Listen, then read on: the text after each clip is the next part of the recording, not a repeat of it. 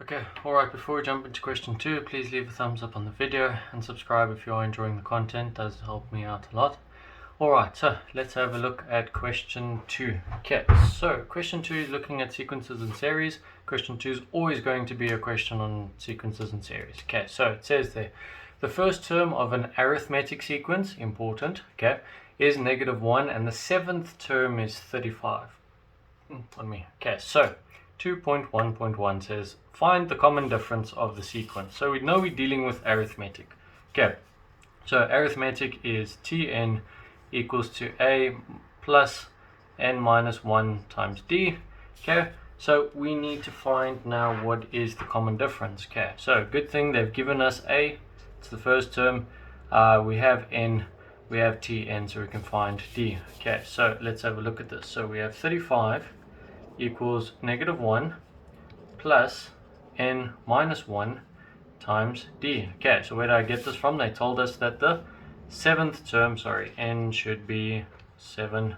They told us the seventh term equals 35, and they told us the first term is -1. Okay, so now if we sort out this algebra, we're going to end up with 36 equals to 6 times d. Okay, so therefore 36 divided by 6 is going to give us a value of 6. So d equals to 6. Okay, alright.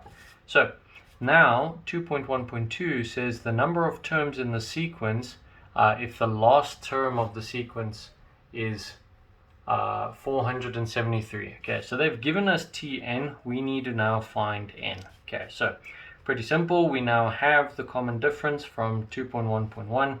So we have the following: Tn equals to -1 plus n minus 1 times 6. Okay, so we have that. We need to find n, given that Tn is 473 equals to -1 plus n minus 1 times 6.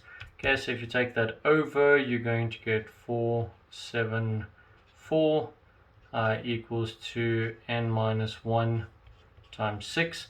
Now if you divide 474 by 6, okay, you get a value of 79.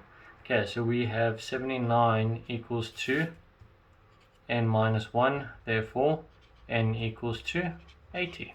Okay, pretty straightforward.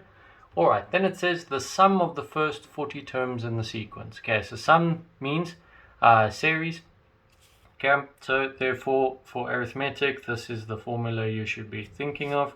Okay, we have everything here, so we can just find s of 40 is then going to be 40 divided by 2. Okay, 2 times -1 plus 40 minus 1 times 6. Okay, and if you go and plug all of that into your calculator, you're going to get a value for s of 40, which is 4640. Okay, so this you get off your formula sheet over here, and you just have to remember that we're dealing with an arithmetic sequence. Okay, then let's have a look at 2.2. So 2.2 gives us the following quadratic number pattern. Okay, please read your questions carefully so you know what you're dealing with. 75, 53, 35, 21. Okay, so we know it's decreasing. So if we have a look over here, from the first term to the second term, we're dealing with -22. Okay, if we're going from 53 to 35, that's -18, and then it is -14. So what are we noticing? A common difference of 4. Second common difference of 4, which is being added the entire time. Sorry, that should be -14. Okay, so 2.2.1 says write down the fifth term of the number pattern. Okay, pretty straightforward. So if the second common difference is 4, then what I have to do is I have to add 4, which means -14 plus 4 is going to give me -10. Okay, and then to move from here to here, I have to -10. So 21 minus 10 is going to give you 11. So therefore Tn is then going to be 11. Okay, now 2.2.2 says determine the nth term of the number pattern, meaning you have to find Tn equals to an squared plus bn plus c. Okay, so we're finding a, b, and c. Okay, how do we go about doing this? Okay, so there's the 3 steps you have to follow. The first one is 2a equals to your first or your second common difference. So second diff. Okay, so 2a equals to 4, so a equals to 2. Okay, that one's pretty easy. The second one is 3a plus b equals to the first common difference between term 1 and term 2. Okay, that's that number there, so that must be minus 22. Okay, 3 times 2 plus b equals negative 22, so we find that b has a value of minus 28. Okay, and then lastly we have a plus b plus c equals to 75. Okay, we have a, we have b, we can solve for c, so that's 2 plus minus 28, squashing it here, plus c must equal 75, and if you solve all of that you get c to equal to a positive 101.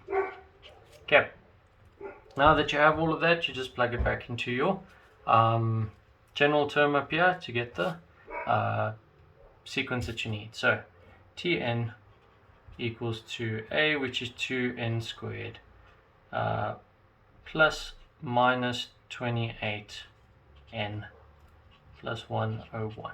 Okay, and that now becomes my general term for the sequence. Okay, now looking at the next question, 2.2.3. okay, so now what they want you to realize is, can I relate the sequence given to me, negative 15, negative 53 over 7, negative 7, negative 21 over 5. They want to know, can you relate this to the rest of question 2? Okay, it's 2.2.3, so it has to fall in with what's happening over here. Okay, what do we notice? Sorry, that should not be a 7, that should be a 5. What do we notice? If we multiply out by negative 5, so multiply by negative 5, what do we end up with? Okay, so negative 15 times negative 5 gives you 75. Negative 53 over 5 times 5 gives you 53. And then negative 7 times 5, negative 5 gives you 35. Aha, so what do we have here? We just have a different way of writing the sequence up here.